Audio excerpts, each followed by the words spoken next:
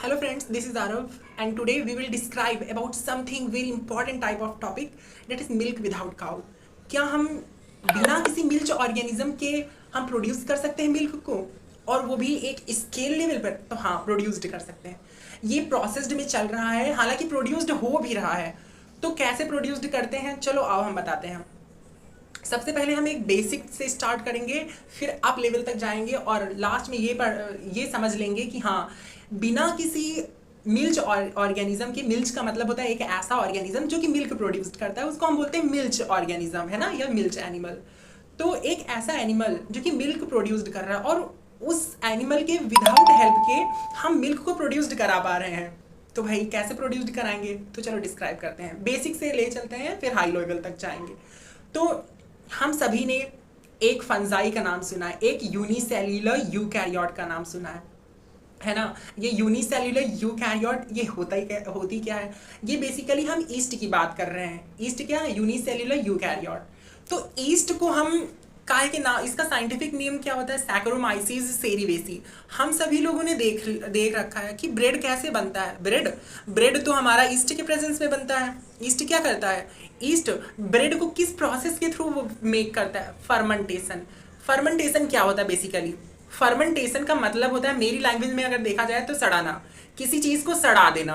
अब साइंस की लैंग्वेज में बोलने को कहें तो थोड़ा सा एक अच्छा सा वर्ड चाहिए, है ना। हम सड़ने की जगह पर किड़वन कह देते हैं।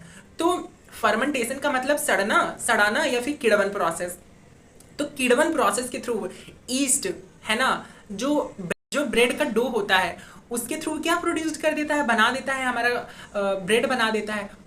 और वो ब्रेड में पोर्स कैसे क्रिएट होते हैं, तो ब्रेड बनता कैसा है? ईस्ट प्रोड्यूस्ड करती है एक गैस को, CO2 गैस को, कार्बन डाइऑक्साइड गैस को। तो ईस्ट ने क्या किया? ईस्ट ने तो ब्रेड बना दिया। तो इसलिए हम ईस्ट को काहे के नाम से जानते हैं? हम ईस्ट को, जो कि सैक्रोमाइसीज सेरिवेसी है, उसको हम काहे के नाम से जानते हैं? बेकर्स ईस्ट के नाम से जानते हैं। ठीक। अभी मान लो हमें अल्कोहल प्रोड्यूस्ड करना है, तो हम क्या करेंगे? हम केन शुगर, है ना, मान लो हम जो केन होता है, शुगर केन, उसका जूस, उसका जो सैप है एक्सट्रैक्ट कर लेंगे, उसमें ईस्ट को डाल देंगे और काफ़ी समय तक रख देंगे। ईस्ट क्या करेगी? ईस्ट फिर से उसमें केमिकली इंडक्शन चेंज करवाएगी और उसको काहे में कन्वर्ट करा देगी? इथेनॉल में कन्वर्ट करा देगी। तो ईस्ट ने क्या किया? शुगर केन के सैप को इथेनॉल में कन्वर्ट करा दिया। तो इसलिए इसको हम ब्रेवर्स ईस्ट के नाम से भी जानते हैं। तो सैक्रोमाइसीज सेरिवेसी को हम baker's yeast as well as brewer's yeast के नाम से भी जानते हैं। अब पढ़ते हैं जो हमारा ईस्ट होता है उसका कंपोजिशन क्या होता है। देखो ईस्ट क्या है? एक यूनिसेल्युलर यूकैरियोट है। ईस्ट के चारों तरफ, ईस्ट की बॉडी के भीतर, ये एक सेल का बना होता है। ईस्ट के सेल के भीतर सेल वॉल होती है। सेल वॉल के अंदर में प्लाज्मा मेम्ब्रेन होती है। प्लाज्मा मेम्ब्रेन के अंदर में साइटोप्लाज्म होता है। साइटोप्लाज्म के अंदर में न्यूक्लियर एनवेलप होता है। न्यूक्लियर एनवेलप के अंदर न्यूक्लियोप्लाज्म होता है। न्यूक्लियोप्लाज्म के अंदर जेनेटिक मटेरियल यानी कि DNA होता है। और उसके साथ साथ क्या होता है? उसके साथ साथ न्यूक्लियोलस होता है। ये तो हमारा क्या हो गया? न्यूक्लियस के भीतर उसका जेनेटिक मटेरियल ईस्ट का DNA पाया जाता है। ठीक। उसके साइटोप्लाज्म में extra chromosomal small circular double standard single plasmid DNA पाया जाता है ना। सिंगल भी हो सकता है, दो भी हो सकता है, वेरिएबल अमाउंट में नंबर्स में पाया जाता है। प्लाज्मिड क्या होता है? एक्स्ट्रा क्रोमोसोमल, मेन DNA के अतिरिक्त, है ना। मेन DNA जो कि हमारा न्यूक्लियस में पाया जाता है, उसके अलावा साइटोप्लाज्म में पाया जाने वाला DNA को प्लाज्मिड DNA कहते हैं। ठीक है। तो मैं क्यों जा रहा हूँ प्लाज्मिड DNA तक? हम क्यों इतना ईस्ट को डिटेल में पढ़ रहे हैं? वो इसलिए क्योंकि देखो बेसिकली DNA जो होता है वो क्या करता है? पूरी की पूरी मशीनरी एक ऑर्गेनिज्म की फिट कर देता है।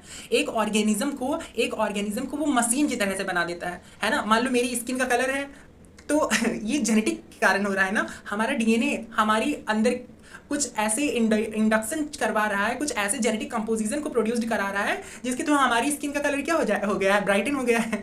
तो उसी तरीके से ईस्ट में उसकी जो मशीनरी है वो DNA, उसका जेनेटिक मटेरियल डिसाइड कर रहा है कि हाँ, इसको क्या करना है? इसको इथेनॉल प्रोड्यूस्ड कराना है, इसको कार्बन डाइऑक्साइड प्रोड्यूस्ड करवाना है ड्यूरिंग फर्मेंटेशन। ठीक। तो अभी आपको समझ में आ जाएगा आगे। तो देखो अभी इसको यहाँ पर छोड़ते हैं प्लाज्मिड तक, इसको अभी आगे और कंटिन्यू करेंगे, उठाएंगे इसको यहाँ से। ठीक है। अभी हम बात करें मिल्क की। ठीक है।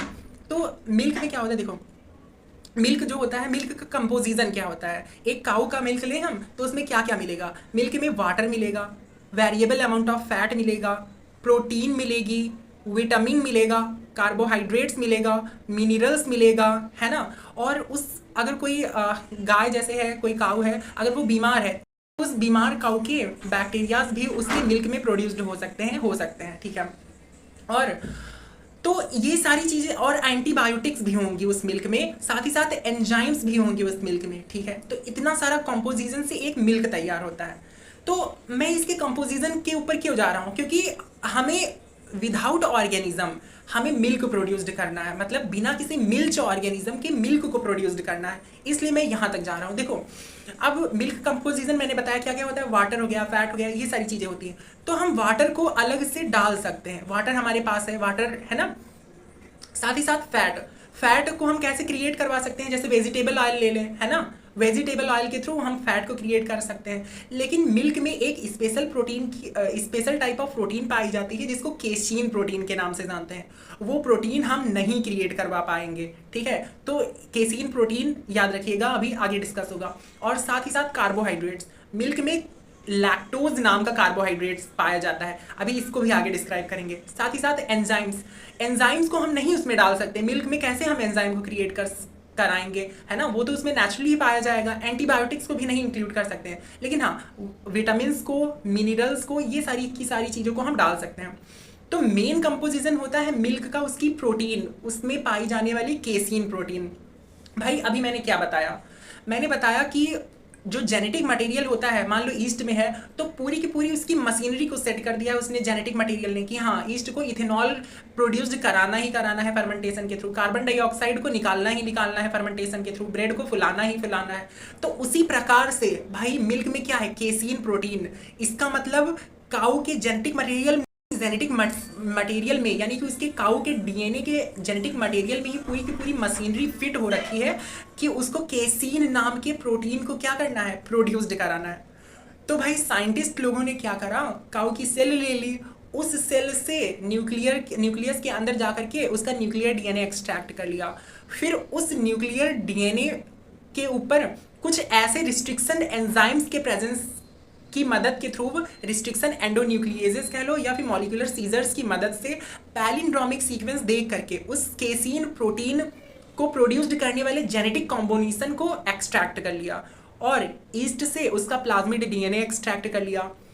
दोनों डीएनए को, ईस्ट का डीएनए जो एक्स्ट्रा क्रोमोसोमल डीएनए प्लाज्मिड है, और काऊ के उस डीएनए के उस पोर्शन को, उस सीक्वेंस को जिसमें केसीन नाम का कोड छिपा हुआ है, जिसके थ्रू वो काऊ क्या करती है, केसीन नाम की प्रोटीन को प्रोड्यूस करती है, उन दोनों को आपस में लाइगेट करा दिया, प्लाज्मिड को और काऊ के उस डीएनए को जिसमें केसीन नाम के जीन्स हैं, है ना, केसीन प्रोड्यूस करने वाले जीन्स हैं, बना दिया recombinant DNA. Recombinant DNA technology के थ्रू क्या बना दिया, रिकॉम्बिनेंट डीएनए। अब इस प्लाज्मिड को फिर से ईस्ट के अंदर डाल दिया, लेकिन सारी की सारी ईस्ट नहीं, बहुत सारी ईस्ट ऐसी भी होती हैं जो कि एलर्जी क्रिएट कर सकती हैं। मैंने जिसका नाम बताया सैक्रोमाइसीज सेरिवेसी, उसी ईस्ट के भीतर फिर से एक्स्ट्रा क्रोमोसोमल जो कि रिकॉम्बिनेंट डीएनए हो जाएगा उसको डाल देंगे। अब उसकी पूरी की पूरी मशीनरी ही चेंज हो जाएगी उस ईस्ट की। क्यों? क्योंकि काऊ का जीन आ गया उसमें। काऊ का कौन सा जीन आ गया? केसीन प्रोटीन को प्रोड्यूस करने वाला जीन। अब ईस्ट क्या करेगा? केसीन नाम की प्रोटीन को क्रिएट करने लगेगा।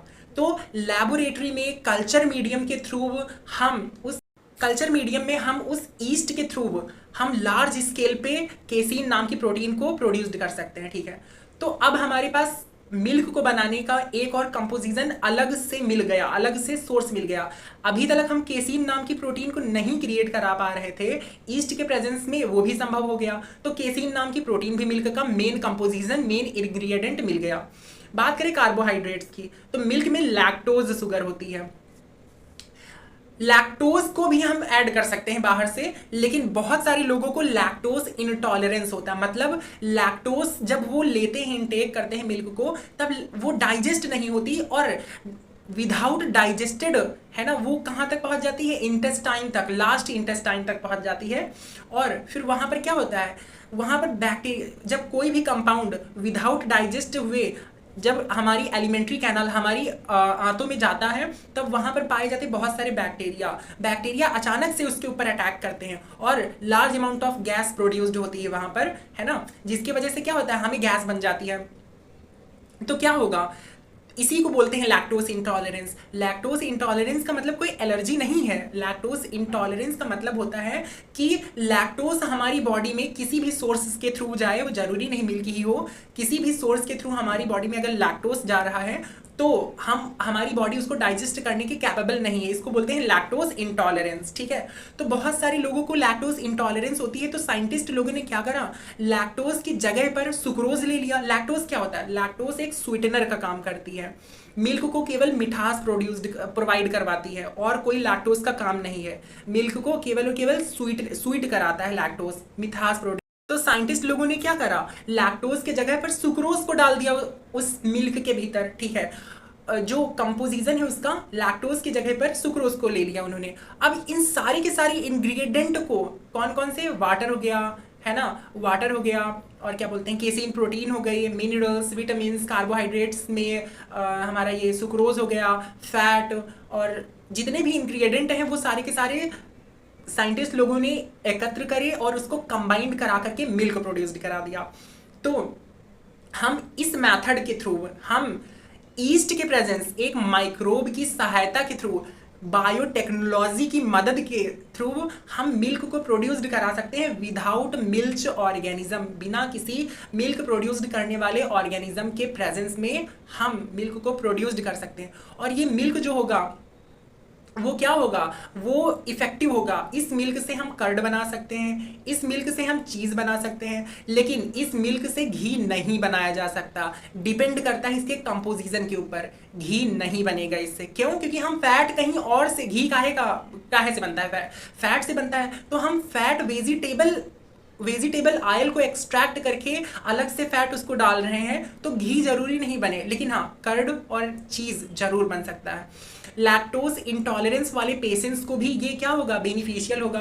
और साथ ही साथ ये जो मिल्क प्रोड्यूस्ड हो रहा है वो हमारे एनवायरनमेंट के लिए भी यूजफुल होगा। कैसे बेनिफिशियल होगा, जैसे हम मिल्क, मान लो, है ना, मिल्क जो है डेयरी में प्रोड्यूस्ड करा रहे हैं, वहां पर काउस जो होती हैं भूसा खाती हैं, चाफ खाती हैं, है ना, डंग के एक्सक्रीट करती हैं। डंग से क्या निकलती, मीथेन गैस निकलती है। मीथेन गैस ग्लोबल क्रिएट करती है, ग्लोबल वार्मिंग। तो अब तो हम मिल्क ऐसे ही प्रोड्यूस्ड कर रहे हैं विदाउट किसी एनिमल के, तो उनको भूसा खिलाने की जरूरत ही नहीं है। तो क्या होगा, मीथेन गैस कम रिलीज होगी उनके एक्सक्रेटा के थ्रू, है ना। तो ग्लोबल गैस भी कम प्रोड्यूस्ड होगी, ग्लोबल वार्मिंग भी कम होगी। तो इन्वायरमेंट में भी ये जो मिल्क प्रोड्यूस्ड हो रहा है विदाउट मिल्क ऑर्गेनिज्म, ये भी बेनिफिशियल है। देखो, चूंकि हाईली प्रिसाइज्ड ऑर्डर में, है ना, केसीन नाम की प्रोटीन प्रोड्यूस्ड हो रही है और मिल्क प्रोड्यूस्ड करवा रहे हैं, तो इसको हम प्रिसाइज्ड फर्मेंटेशन टेक्नोलॉजी के नाम से भी जानते हैं। जो मिल्क विदाउट किसी ऑर्गेनिज्म के प्रोड्यूस्ड हो रहा है, इसको हम प्रिसाइज्ड फर्मेंटेशन टेक्नोलॉजी के नाम से भी जानते हैं। समझ में आई बात? क्या ये इंडिया में प्रोड्यूस्ड कराया जा रहा है? तो हाँ, प्रोड्यूस्ड कराया जा रहा है ना। जीरो काउ डेयरी नाम की एक फार्माकोलॉजी है, वहां पर क्या कराया जा रहा है, वहां पर इंडिया और ब्राजील में दोनों जगह पर एक्सेप्टेड है, प्रोड्यूस्ड कराया जा रहा है मिल्क को बिना किसी ऑर्गेनिज्म का यूज किए हुए। तो ये बेनिफिशियल हो तो इसको लाइक, कमेंट, शेयर, सब्सक्राइब वगैरह वगैरह करें। Thank you.